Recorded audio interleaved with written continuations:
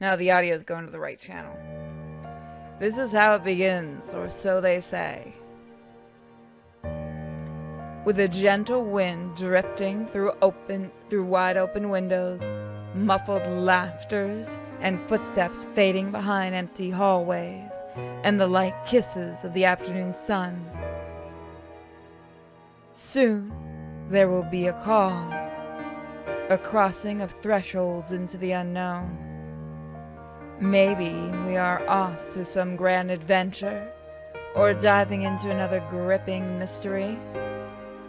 One can't really tell. For all I know, a hero might even come sweep me off my feet if I'm lucky. That's not exactly a bad thing when you think about it. But this is far from one, isn't it? Yeah, late stream because there's no YouTube for anybody right now. A riveting tale, that is. A mild breeze, the faint murmurs, the warm rays painted every nook and cranny of the fiery hue. They're all as real as they can get. As much as I want to write a little tale out of this, I'm far from someone who can. Fleeting fancies, that's what they are. Merely passing thoughts to occupy an idle mind, while waiting for another busy workday to end. Then again, maybe in another life, I am one. Who knows? But at present, what I have and what I've chosen to be, well, I won't last years here if I find teaching rowdy adolescents a tedious job, will I? admittedly, the whole affair isn't exactly as grand or exciting as I had imagined as a child. If I wasn't so stubborn and too passionate about the whole idea, I probably would have quit a long time ago.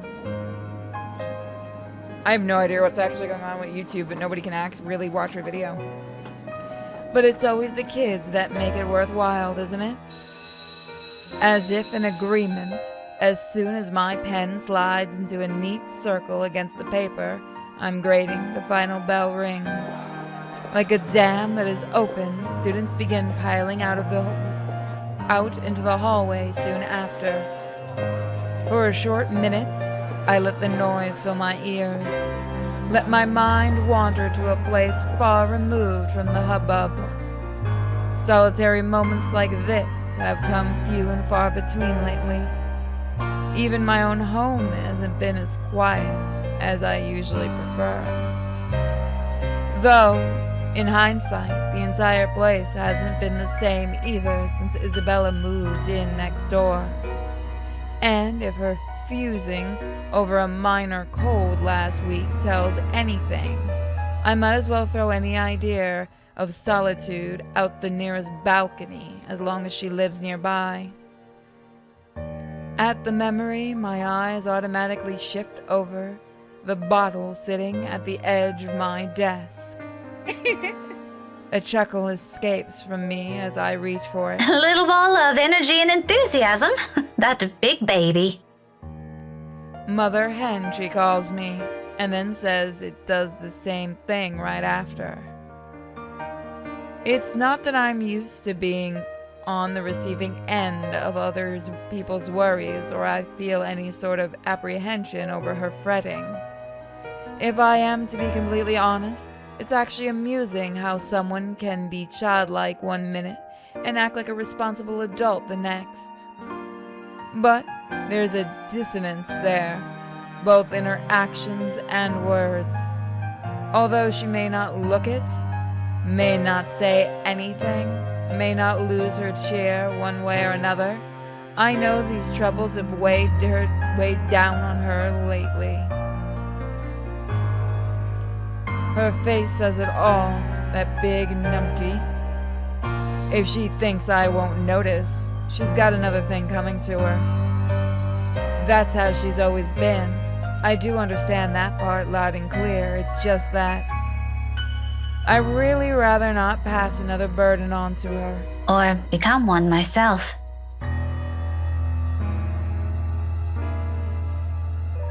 Well, if you want to see how YouTube's down, go try to watch a video. That should answer your question. Aren't I supposed to be the one taking care of them? Though, I guess that's simply one of those things people eventually grow away from once you've all started leading different lives. Not completely different, I hope. Somehow, that thought makes me feel uneasy. Thankfully, before stranger ideas can take root in my head, a faint buzzing comes from my bag, cutting through the rest of my thoughts. A small frown forms on my lips when the screen lights up, and an unknown number flashes. Keep watching the video, see how long it lasts. It's only going to last a few minutes. That's the problem everyone's having. Everyone's getting the exact same error.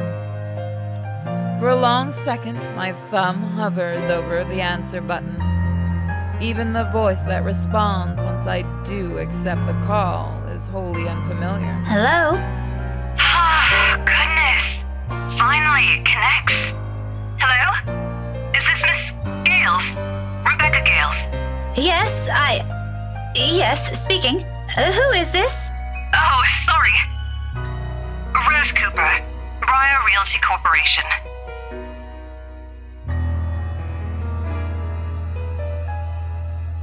Briar Realty? My frown deepens as I straighten from my chair. Something in her tone, despite sounding remarkably friendly and light, doesn't sit quite well with me. The rigid pause that follows doesn't help ease the tension that has suddenly descended either. Miss Cooper? Yes. Things are a bit busy on my end. I apologize. I'm not certain if Isabella has mentioned anything before, but we're working together on a property at the moment, and... The Armengard Mansion, yes. She said something about that earlier. Is there a problem? This is about Isabella, actually. She wastes no time relaying everything. The details she provided are, admittedly, a bit vague, but enough for me to get a gist of what had happened. It isn't the bad sort I'm expecting, though still worrying. Especially with words panic attack and pale looking a bit sickly woven together in one foreboding sentence. But as quickly as it surfaces, I stomp down on the urge to demand answers right there and then. Now isn't the proper time for useless questions. I'll find out soon enough regardless. To Miss Cooper's credit, she neither hesitates nor falters all throughout. There's some sort of comfort in knowing Isabella has someone like her to guide her, though not as much as I would have liked. After all, this is Isabella we're talking about. What are the chances she just said a bunch of excuses so she won't get sent home? Hi. Oh, that's one hell of a... Okay. Very high. Oh, I get it. I thought that was a sigh. I get it. High, very high. Oh, she's so going to hear it this time. You were listed as one of her emergency contacts, so I thought it'd be best you know about this. How is she? Is she doing okay? I had her take a break for now, but honestly, I'd feel better if someone were to pick her up and take her home for some rest. Anthem's a fair distance from Luxbourne. I really don't want her going off on her own. I'd do it myself, but... oh, you know how it is today. Big day. People everywhere until the open house ends. I'm really sorry to ask this of you, Miss Gales. I know you're busy. Oh, no, it's all good. I was just about to leave from work. I hope to leave early today anyway. A few minutes ahead wouldn't hurt. I can be there in a few, 30, 40 minutes tops. Is that all right? More than fine, Miss Gales, thank you. We're supposed to be here until... oh, excuse me, one moment, please. Yes, ma'am. A faint hum of conversation echoes from her end. It sounds as though the place is buzzing with more people than you'll expect from a regular open house. I was skeptical at first. The house is old, not to mention its inconvenient location in Luxborn's outskirts. Who wants to live in a place almost an hour's drive away from the comforts of the city? Me. But from what little I can hear, it appears Isabella has every right to be optimistic about this sale. If I didn't understand why she was so adamantly refusing my offer of help before, I think I do now. To some degree. We'll be resuming the tour soon. Yes, thank you. Sorry about that. I really need to get this thing going. Lord knows how I'll salvage the situation here. It shouldn't be anything complicated, but still, clients. It can be difficult when they want to be. Anyway, just look for me when you get here, alright? I shouldn't be too hard to miss. No problem. Thanks for letting me know about this. Just make sure Isabella stays put, please. Heaven knows how stubborn that girl can be. Wait a second, checking something. Okay. Oh, believe me, I know. Don't worry about it. I'll have a few of our staff keep an eye on her for me until you get here. Yeah, I'm not sure what's going on with YouTube. I'm seeing a couple people talking about it in the Discord and stuff. As far as I know, it just stops playing videos after a while. That's all I'm asking. I appreciate it. The whole thing ends on a surprisingly pleasant note. If only the same could be said for the news she brought. I allow a brief minute to pass to ease whatever tension has latched itself firmly to my nerves. But no matter how much I wish for it, my mind stubbornly refuses to do so. My hands are unsteady against the papers I pretend to arrange after. Lucid thoughts, every single ounce of it grimmer than the other, grows with each passing second I linger. Something about this whole thing, along with the sudden unease and nagging worries, screams off. Wrong. This isn't the riveting tale I've hoped to step into today.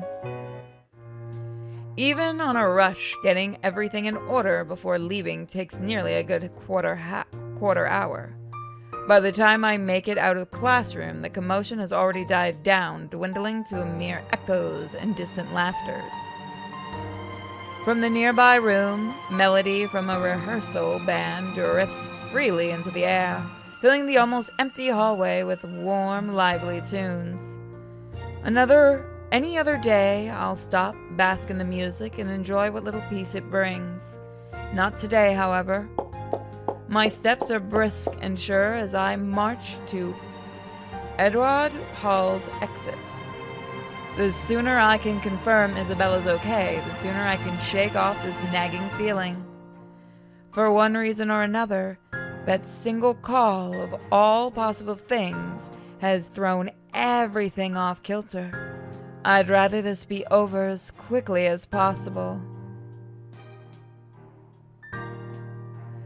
So much that I nearly barrel over a student in my haste. Though perhaps it's really the other way around. When I look down, a set of eyes, bright and awful, stare back at me. Her arms are wrapped around my waist like a vice. And at my attention, a grin spreads over her face. Buenas tardes, Miss Pink. Hello, Kylie. You know, you aren't supposed to run into people like that. Sorry, Miss Pink. She loosens her hands on me, but not a hint of guilt or regret appears on her. If anything, it seems the remark only amused her. A smile appears in my face before I can help it, matching the one on her own. Just remember not to do it again, all right? You could get hurt. You sound like my mama when she's scolding Rowan, Miss Pink. I'm sure your mama only means well. I know she'll be worried sick if one of you were to get hurt. Where's your brother anyway? Aren't you two supposed to be heading home now? Rowan said he's got some stuff he needs to do before we go. I think he's taking too long. But He promised to buy me jelly babies today if I keep what he's doing a secret from Mama and Papa. They still make jelly babies? Aren't those things the doctor used to eat? Any chance you'll tell Miss Pink about it? She shakes her head, both her hands going to her mouth as if to keep a precious secret from spilling out. I made a promise. She said it's for Tia Luke. Oh, something like a gift? Like a deal. Tio promised to take him somewhere cool when he's old enough. Rowan's gonna prove he's a grown-up. Laughter slips free from my lips.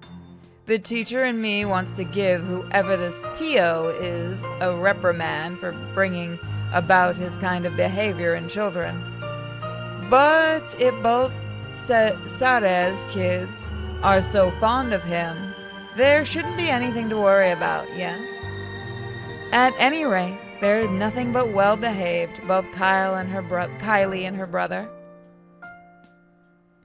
Rowan, the eldest, may have an occasional odd streak in and out of class, but their parents taught them well.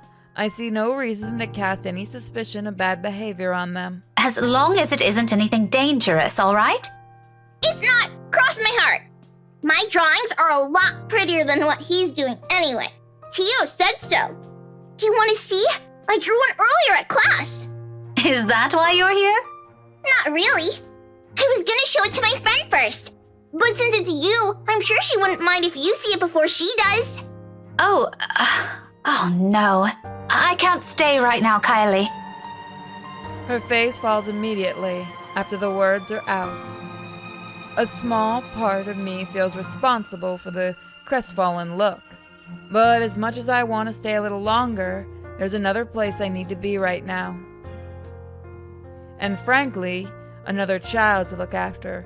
It could be one of those schools that has elementary, middle, and high school. Their private schools do that a lot. I originally, for a short while, went to a private school that did something similar to that. Taking both of her hands, I kneel in front of her and muster the most rueful smile I can give. At her age, I'm quite sure she already understands what I'm about to say before they're even out. But remarkably, she doesn't look away or pout as I expect her to. I'm sorry. You know what? Rowan has a class with me on Monday around this time. Why don't you drop by again next week? After class? I'll even make sure to wait for you. It's just that I absolutely must leave now. My friend had an accident earlier, and I'm the only one she has here. What about her Mama and Papa? Her family lives really far from here, I'm afraid. Do you remember where Asia is? The southeast part? That's where they are. Her eyes immediately light up at my question. Just like that, I know I've earned the girl's forgiveness. Oh, just like Takako. Who? My friend. She said she used to live there, only just a little higher than southeast. But she hasn't come home in a long time, so she doesn't remember much about it anymore. Melody says it's weird I talked to her, but I think she's just shy. They could be good friends too! Don't you think so, Miss Pink? Maybe if you introduce them properly, they will be. That's what I think. Takako's just lonely. If she makes more friends, she won't be anymore. I don't know who's doing the voice for the kid, but bravo. Is your friend like that too? A little, possibly. To be honest, sometimes I can't tell with her. After all, Isabella has always been the kind to hold a smile, even when things have taken a turn for the worst. 5 years, and one will think it's enough time to know a person. But when you consider it, come to think of it, all these years I've never, not even once, seen her cry. Not over a trivial matter or even when things are tough. Okay, you can go to her. I'll just show you my drawing next time. Thank you. Remind me to buy you a huge glass of parfait, all right? No, I'll get a stomachache. Takako says so. A small one is okay. I'll remember that. Say hi to your friend for me. I will! I'm sure she'd love to meet you too! See you, Miss Pink! I'll see you later, Kylie. London Bridge is falling down, falling She doesn't down, look back falling or wait down. for any London sort of Bridge goodbye is from falling me. down, With my a song and an fair extra lady. spring in her step, she bounds across the corridor with as much spirit only a child her age can have. As if the conversation has never taken any downhill turn for her at all. As if there isn't a single thing to worry about in the world. Not long after, she disappears behind a door, leaving behind strains of an old familiar rhyme lingering in the air. Carefree, unbidden, untroubled moments like this, I envy her. And as I resume my hurried pace, a tiny whisper at the back of my mind wishes the same can be said of myself and my own worries. Luxbourne may be a small city, but it's no stranger to hellish rush hour traffic. But surprisingly, getting out of the city today proves more of a breeze than a hassle. A relief considering how none of my calls to Isabella have made it through. Either the reception is really bad over there, or she's ignoring them on purpose. Both does nothing to ease the disquiet in me.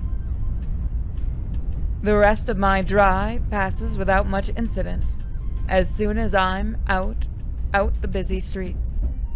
In less than 30 minutes, the mansion looms ahead of me.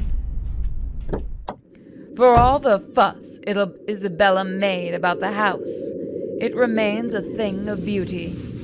Unlike Luxbourne, the estate and the nearby Anselm village stands as its complete opposite, living and breathing the song of the old, whispers of a once booming haven lingering in the air. Contemporary convenience aside, it's a place I'm glad modernization hasn't wholly touched. It's just a shame the locals know more of the silly hearsay than the history itself. If I could only knock some sense into these people! Sadly, complaining is all I can afford to do. As much as I want to give them a piece of my mind, it isn't why I'm here. I don't think these rich types will appreciate getting a lecture from me either. I have as much business with them as they have with me. With a heavy sigh, I give myself one last second to take in the scenery before heading up the main entrance. Most of the guests are already heading out. Though some still linger, it's mainly just to take photos of the house facade or its various rooms. I pause for a moment, scanning the small crowd gathered at the foyer. Okay, I think I've asked this before. Foyer or foyer? I've always heard it two different ways. Looking for any sign of that familiar ponytail among the sea of hats and heads. No sign of her. No sign of the other staff or Miss Cooper either. I can certainly look for Isabella on my own, but in a place this big, I'd be lucky if I didn't end up lost or find her before we needed to meet with Zachary and Ash tonight. Sighing, I reach for my mobile and redial her number, the gesture familiar now after so many attempts earlier. If she doesn't answer, I can still try contacting Miss Cooper. I just hope the network reception will cooperate this time. This side of the country has never been popular with the tech-savvy after all. To my relief, it only took 3 unsuccessful tries. At the 4th one, right as it's about to switch to another intercept message, the line finally rings. Silence follows while I wait for her to pick up, the ringing going far too long for my taste. Follow the damn ring. For now, most of the visitors have already cleared out. All I have for company are the faint murmurs and the eerie calmness left in their wake. A sudden hush settles and gives way to noises louder than they've ever meant to be. Doors creaking and slamming shut in some distant part of the mansion, floorboards groaning under the sheer weight of the house's history. Fungober. In a now empty hall, they all reverberate with a special clarity against the walls. Hold on.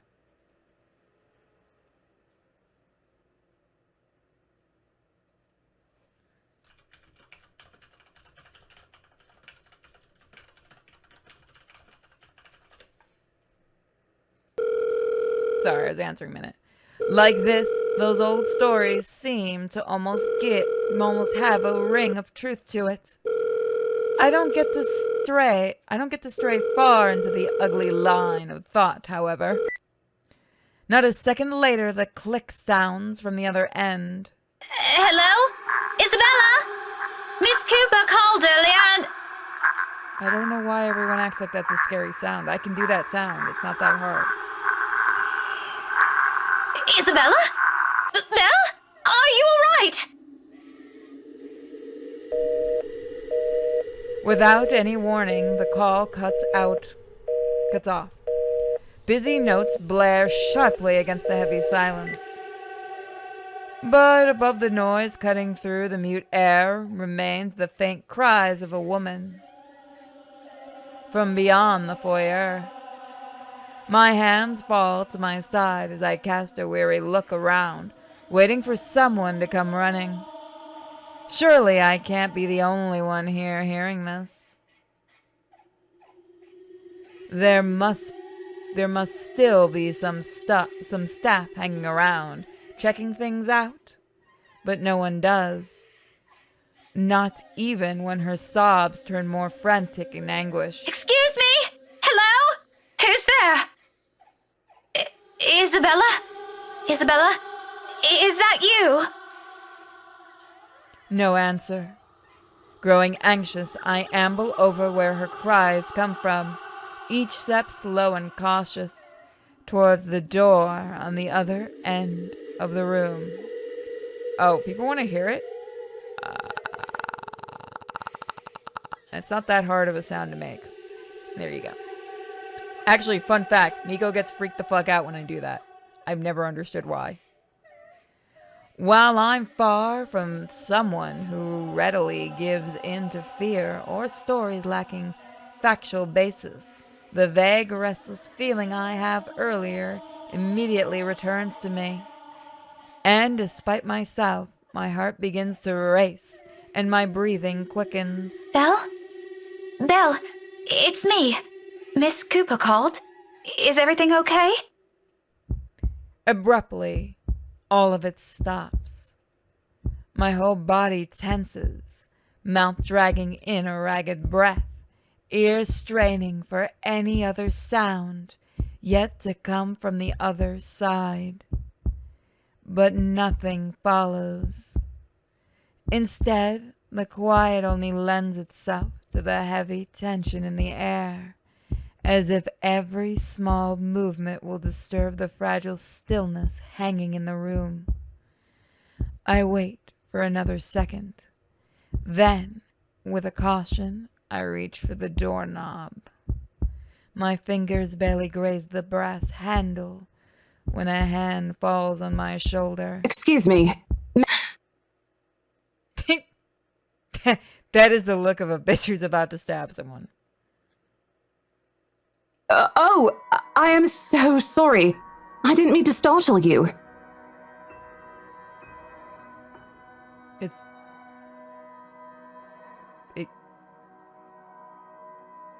not? It's a horror.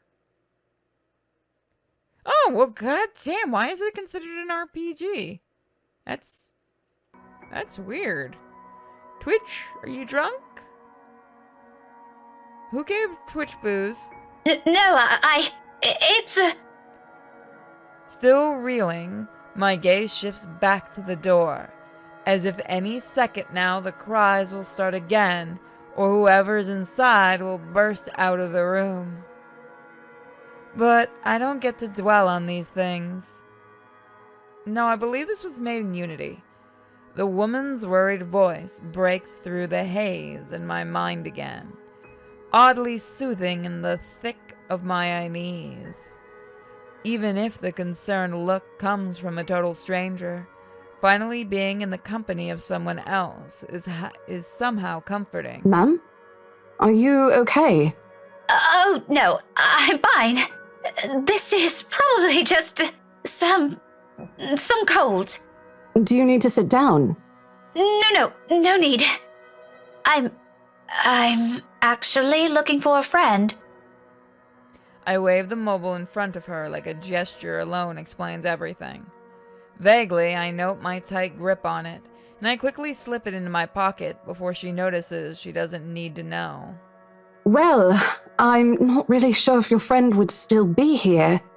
We're actually about to close the open house in a few minutes, ma'am. No worries. She's not a guest here. She works for Briar Realty. Miss Cooper called me earlier. In fact, I'm also looking for her. It's not a dating sim at all. Recognition flashes in her eyes, and her worried expression dissolves into a smile at once. It's all I need to know that I don't have to look elsewhere or venture deeper into the mansion on my own. In some way, I'm not too keen on the latter right now. Oh, Miss Rebecca Gales, is it? Yes. Sorry if I'm a bit late. It's not a problem. I was busy with the open house and a few clients anyway. It's actually a good thing you came when you did. Let's see. Isabella should be here somewhere. I told her to stay put earlier. That girl never listened. Did her mic just become shit, or is it just me? Rose? Rosie? May I have a minute? There's just this one little thing before we go. Miss Cooper's head immediately snaps up at the voice. In a blink, a different kind of smile spreads on her face. A smile still friendly even, but the kind given mainly for the sake of pleasing other people rather than making friends. Yes, ma'am. I'll be there in a few. It's an impressive thing, to say the least. That level of professionalism. I suppose working years in this kind of business trains you enough to be able to pull that off without batting an eye. It certainly didn't seem to have rubbed off on Isabella, though. Sorry, could you give me a second? I have to take care of this. Don't worry about it. I understand. I can wait a few more minutes. Clients, right? You won't hear anything from me. Priorities, you know? But if you want, you can stay at the parlor in the meantime.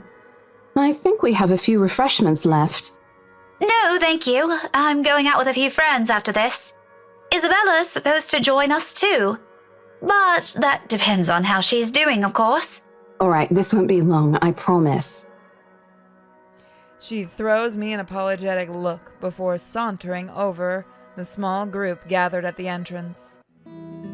A couple or siblings, and another woman, probably their secretary.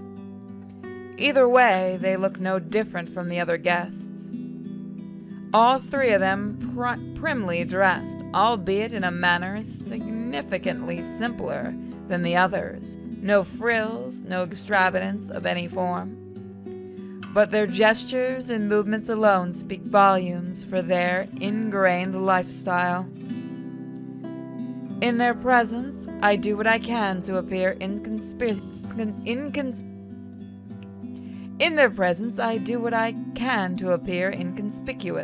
on my side of the foyer. Maybe accepting Miss Cooper's offer would have been a much better choice than standing around awkwardly and gaping at them. All while also attempting my best not to listen in on their conversation.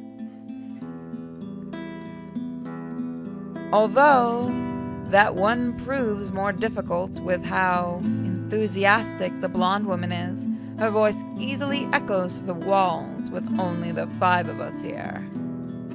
Pretty soon I find myself being drawn into their talk without meaning to. Tomorrow? First thing in the morning? First thing in the morning, ma'am.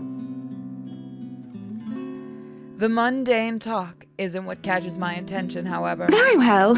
We'll have our lawyers prepare everything as soon as possible. Let's make this whole thing easier for everyone, shall we? Just let me know if there's anything you need from me. You know how to contact me, yes?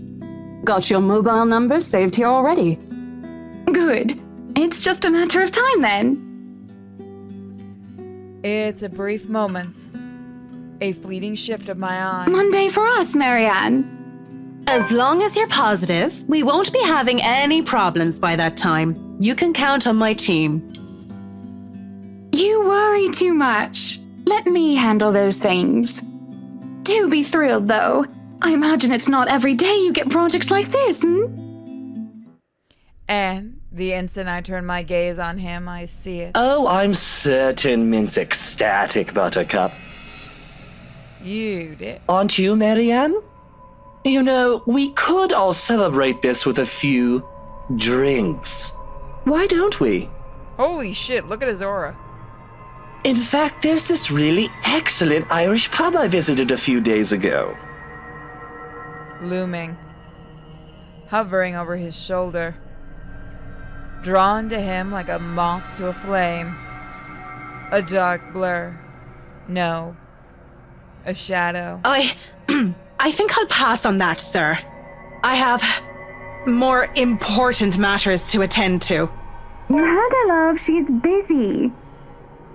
Such a shame. You never let me do anything fun. But as I try to make sense of it, a heavy feeling descends on my whole body. It happens without warning, forcing me to close my eyes. The sensation creeps to every part of me, crawling under my skin and draining me little by little of strength. Before I know it, my hand is gripping the nearby door for support. The sudden nausea drowns out their voices and what little sound there is. All except for the whisper of laughter. Judging. Mocking. Taunting. Muffled, inaudible words bearing down on me like a death sentence. They wrap around my neck and limbs, bind tightening with every syllable, every utterance. And with each draw of breath I take, they drag me down slowly, almost painfully, into a bottomless abyss. On and on and on, till the sound turn into mere distant echoes, until suddenly it shatters. Well, what are we waiting for? Are we done here? His voice rips through the fog like a sharp blade, and my eyes snap open. When I look at them again, it's gone. You can head back to the car first if you want, Luke. I hope that settles everything, Rose. I don't know what Isabel's problem is, but please make sure she doesn't hurt herself. Anyway, we're looking forward to seeing you tomorrow. Likewise, ma'am. No shadows or dark clouds. Only amicable smiles and cordial handshakes, the usual pleasantries as Miss Cooper leads them out of the mansion like a graceful host. None of the group seems to have noticed, and even as I force my breath to calm down, keep my eyes trained on their backs, and wait for something to happen, it doesn't come back. She returns a moment later. Gently, she closes the great doors behind her, but there's a smile on her lips and an extra skip in her step when she walks back to me. Whatever she was discussing with the group had put her in a good mood. Even she appears to have not observed anything odd. Was I just seeing things? Glad that was over. It's been a long day. I thought for sure we were going to... Hey, are you sure you're doing okay? You look a bit green. It's all good. I'm actually still recovering from a cold. Weather's been crazy lately. That must be it. The weather, the stupid cold. and the friendly warning I'm too stubborn to listen to. As much as I hate to admit it, Isabel's right. I was and still am a little feverish when she visited me at school this morning. The medicine helped, of course, but only some. Although it's not like I can't function, I did get better after lunch, and I was able to go through my schedule like usual. Now I'm not so sure. However, I can't keep acting like I've seen some sort of apparition when it's anything but. I simply must have listened to too many times to Isabel last week. My fever-muddled mind has started to confuse things. If this doesn't let up, I just need another visit to my doctor, plain and simple. Though I do hope it won't get worse. I did promise to watch Zachary's film together. I know what you mean. I've been complaining to Isabel. It doesn't seem to affect her much, though. Must be because she grew up in the tropics. Anyway, shall we? She's probably hanging out with the rest of the catering staff. Oh, I wouldn't be surprised she's there. She eats like 10 hungry men when she isn't feeling well. Lead the way. With a small nod, she gestures for me to follow. I do so without much thought. Finally, putting everything in the back of my mind. The entire visit took a whole 24 minutes. And my trip to the mansion, as it turns out, is a useless endeavor in itself. Isabel no longer there, left shortly before I arrived. Or at least, that's what the few staff who saw her assumed. None of them knew where she went, but I can take a few guesses. There are only a number of places in Luxbourne she frequents, and while she never been the complex kind, it doesn't really take a genius to figure it out. Still, it's odd she left on her own. She could have at least waited for Miss Cooper. It would have saved her having to pay the cab fare twice today. And right after she was told to stay put! I mean, who does that? Oh, sod off! You don't own the road! In the end, all Miss Cooper could give me were a string of apologies for my troubles and requests to let me know when I find Isabella. The whole affair didn't even last long. I probably spent more time traveling back and forth. Soon enough, I'm weaving my way back to downtown Luxbourne, where it's sick, and on top of that, maybe a little annoyed. Whether at the unexpected turn of events, or at Isabella herself, I'd rather not think about for now. Not when I'm already running late for Zachary's film. Besides, I'm perfectly sure that's where I'll find her. As one would expect, people are already gathered at the movie house when I get there. A small avenue where it's located has been closed off early from any passing traffic to make way for the avid moviegoers who are sure to crowd the venue. I want to see Pocket Chippy. I have to park almost a street away and walk the remaining distance because of it. Looking for them has taken a while in a crowd this big, but I eventually spot them near the entrance. Thanks to Zachary, mostly. And like I've surmised, Isabel is with them. I knew it. Wasting no time, I march over their little group. Words filled with concern tumble out of my mouth before I can stop myself. Isabella! Oh, thank goodness! Becca, you're just in time. An odd expression crosses her face as I hold it with both hands, but I ignore it in favor of getting a good look at her, forcing her to keep still and fix her gaze at me. Becca, you're squishing my face. How are you? Are you all right? Why wouldn't I be? There doesn't seem to be any visible injury, nor does she appear to be in pain. Apart from her confused frown at my question, She looks pretty much like how she did the other day. Even so, you can't really tell those things with her at first glance. The last time she got sick, she never bothered to call anyone, even me, who lives right next door. If I hadn't checked on her then, she probably would have died on her bed with the rest of us none the wiser. It's one thing we laugh about now, but moments like those also teaches you something about a person. If anything, it has given me more reason to constantly worry about her. And the moment a familiar name comes up, I know my concerns right now aren't completely baseless. Rose called me earlier. Her expression simply changes, and gently as she can, Isabella pushes my hands away. Yet, even before she says anything, I already have a hunch of how this whole thing will play out. Oh, no, everything's good. Rose covered for me at work today. That's not what I'm talking about. How's your head? Then and there, the whole conversation goes down as I imagined. She dodges my hand when I reach for the back of her head, intending to check what said injury hurt myself. Even makes a show of hiding behind Zachary just to avoid me. Instantly, what's supposed to be a simple inquiry dissolves into a shameless game of tag.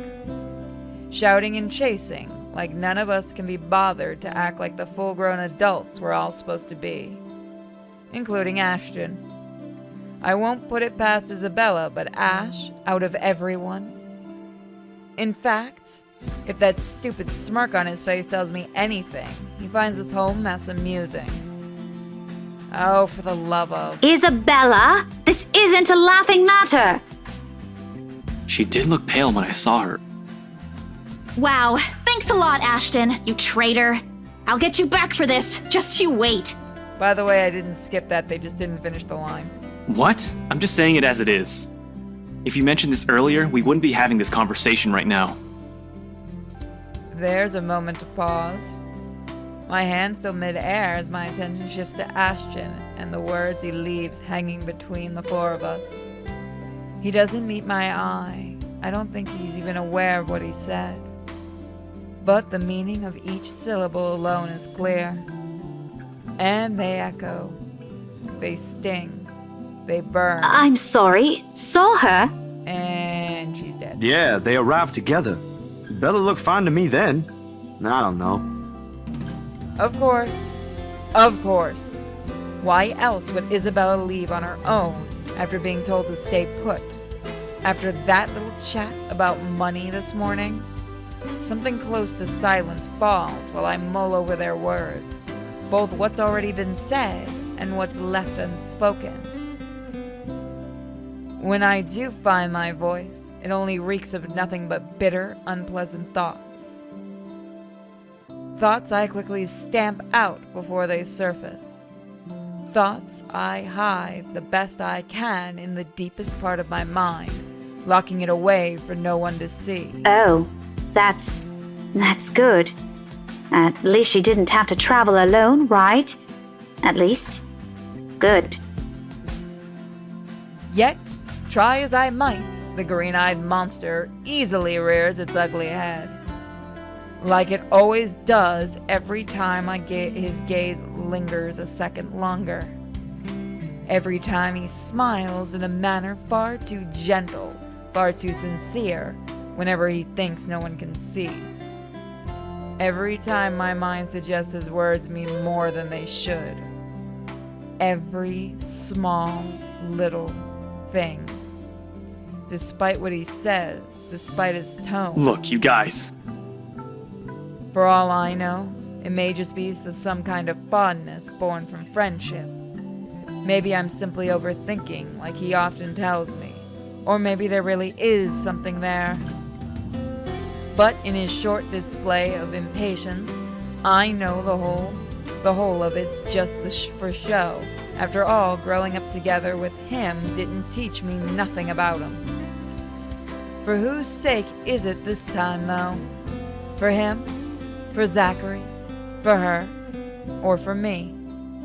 That's That I can't tell. If she says she's okay, then there's nothing we can do about it. It's not like we can stop her either.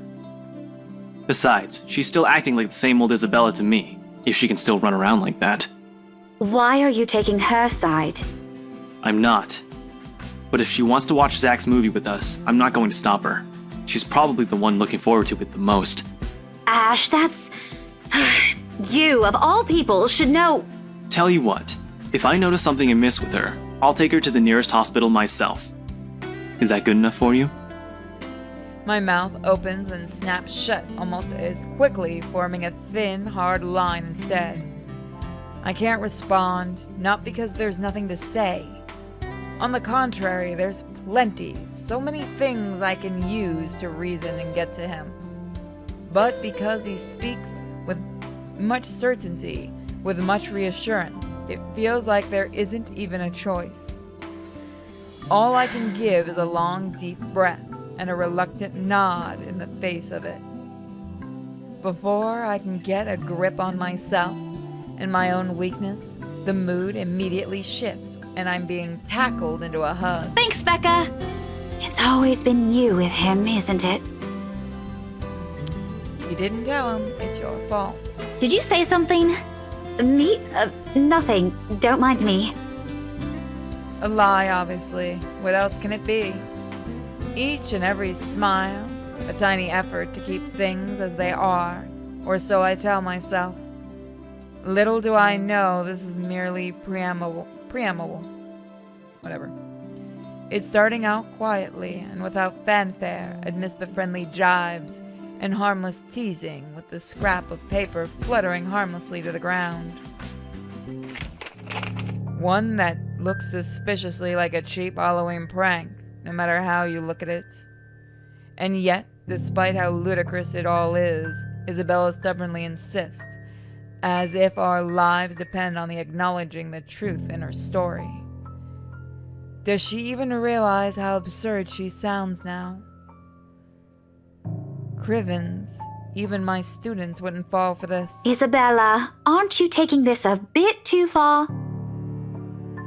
She doesn't give me time to regret nor think over my choice of words.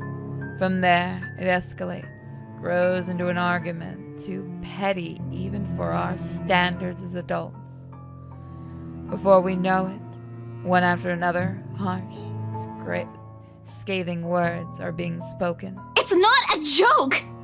Will you guys listen to me first? I saw something in the house earlier. It stood right in front of me. If I hadn't gotten away, that thing might have... Right. And in broad daylight, Isabella. Even someone gullible would find the logic in that screwed up. There's also no way in hell that this supernatural shit is true. But it's real! What do you think I saw? A hallucination? A delusion? Didn't you say you fell down some stairs? So maybe Rebecca's right. It happened after, when I was trying to get away. I almost got stuck in the same room with that thing. We're all in danger. I thought you were my friends. Why don't you believe me? But someone has to be patient in all this. And however much my own has already been frayed earlier, there's no one else. Who else here can deal with someone selfishly acting like a kid? Like every other time, it has to be me. We are, and you know that. But this thing and that thing has got nothing to do with the other. When Rose called earlier, I thought she's just exaggerating. But based on what I'm seeing right now, maybe it's better if we really postpone this for now. Don't bother. Just like that, she cuts us off, slams the door right on our faces while my own temper flares before I can stop it. Although it falters briefly at the hard expression on her face when she snatches the blasted paper from Ashton, and from Ashton I hold on to it. Regardless of how upset she appears, its outward expression and balled fist throwing a tantrum is simply unacceptable. For a grown woman at that. Words form at the tip of my tongue ready. But before I can open my mouth, I let all of it out. Her feelings and mistakes be damned. Zachary raises a voice of his own. Guys! The warning underneath the warm and hopeful beat in his voice. We all stop to look at him, and even my own anger subsides a little at his tone. Why don't we all calm down first? I'm sure Isabella has her reasons too. No need to be hard on her. And hey, ain't this supposed to be a happy get-together? To an outsider, it may sound like a desperate request, but Zachary has always been the one to keep a level head over petty squabbles. This time's no different. He knows what to say, and when he lets it all fall, they only ring sharp and true. We haven't seen each other for months. I'd really love to know what y'all have been up to. I only ever get to talk to Bella over chat. Please. And as careful as he is with his own tone, it does make me feel ashamed. We're supposed to be here for him, to give what little support we can give, yet here he is trying to keep the three stubborn people from outright hashing it out in public. Later we can and will talk about it, of course. There's a proper time and place for it. And at the moment, my anger and whatever reprimand it carries no longer matters. Besides me, Ashton appears to have already caught on. The lines of his shoulders ease to something more relaxed, his expression to its usual nonchalantness.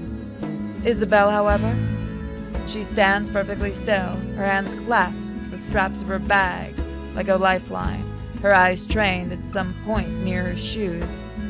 There's no anger in her face, only an undeniable hurt. But she's never been good at hiding what she thinks. Always the open book, always the one to wear her heart out in the open. And when she looks up, her answer is also as simple. If we keep arguing here, we're going to miss the first few minutes. Her lips are curled up in a smile, though lacking both its usual brightness and glee. It's a smile nonetheless. I've seen it countless of times. It's the very same one she would show when she knows has no other choice, or simply when things get tough for her. But despite everything I already know about her, it still catches me off guard.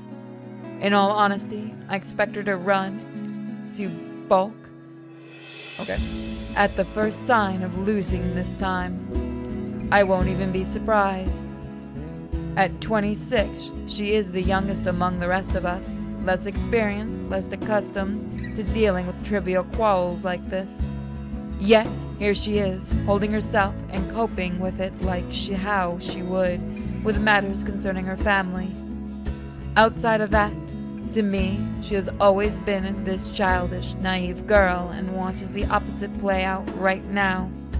Somehow I find it difficult to wrap my head around it. All right, that's the Isabella I know. We are getting to the point that I need to quit. Oh, good. I thought for sure you were going to cry. You deserve that. But I envy her. What was that for? Stop calling me a crybaby! I'm not one! Aw, don't cry. Stop it! I envy her spirits, her warmth, her cheer, the shine in her eyes when she looks at the world. How everything seems to simply fall back to a pleasant, lively rhythm with her around. How easily and tightly she fits into our lives, even without bonds only long years could forge, like a lost piece of puzzle despite her jagged edges. How she draws people to her with ease. How Ashton, of all people, can be drawn to her. Okay, scaredy cat then. That too! If you repeat that, I swear I'll... Let's just go. I make no effort to keep the bitterness from my tone. I let it linger stiffly in the air as I avert my gaze from them. From their playful banter, their friendly teasing remarks, and Ashton's tender affectionate smile, all before the stabbing aches in my heart changes into something too painful to bear. It's all in my head, is what I often tell myself. Yet, the way my heart rends at just the sight of them hurts. And like a coward, I walk away from it all, taking with me a small hope the movie will distract me away from these thoughts. Because like this, it's easy to find something to hate in her. But that's where we're gonna end it, guys. We'll continue next time. It's a little late, and I think I've distracted everybody long enough.